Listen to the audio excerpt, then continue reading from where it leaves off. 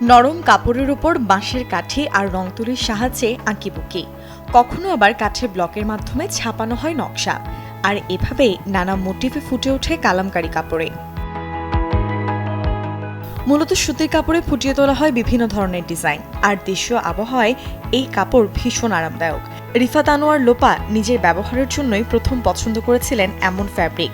পরবর্তীতে এই ফ্যাব্রিক নিয়ে কাজ করেছেন পোশাকের বিভিন্ন মাধ্যমে।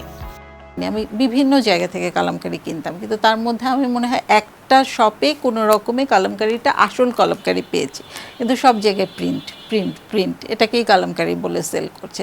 তো নিজে আসলে খুঁজতে গিয়ে কালামকারীটাতে আমার যাওয়া, এবং এভাবে আসলে কালামকারীর প্রতি ভালোবাসা থেকে কালামকারী নিয়ে কাজ করা শুরু। সুতলিতে পাওয়া যায় কালামকারী কাপড়ের শার্ট, ফতুয়া, পাঞ্জাবি আর মেয়েদের শাড়ি, কামিজ, ওভারকোট সহ নানান কিছু। লেদারের সাথে সংযোজন করে তৈরি করা হয়েছে নানা আকর্ষণীয় ডিজাইনের ব্যাগও। আমরা ব্লাউজ বানাই, কুর্তি বানাই, কুর্তিরই কয়েকটা টাইপ আছে, ছেলেদের শার্ট আছে, প্যান্ট আছে, আমরা ওভারকোট তৈরি করি, আমরা ব্যাগ তৈরি করি। আমরা প্রতি বছর প্রায় 150 থেকে 200 ওভারকোট আমরা এক্সপোর্ট করছি দেশের বাইরে।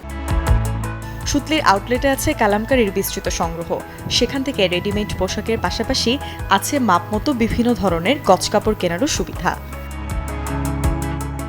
মূর্ছনা ঐশী, চ্যানেল 24, ঢাকা।